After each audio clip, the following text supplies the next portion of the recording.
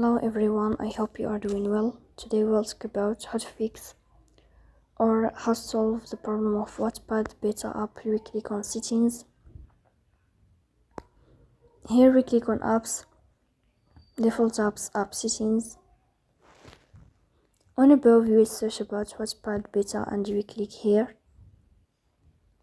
In this page of app info you will go to first stop and you will click OK. Here you will enter to the window of storage. Then here we click on clear cache. Then we go to Play Store. You will search about the application of Wattpad beta.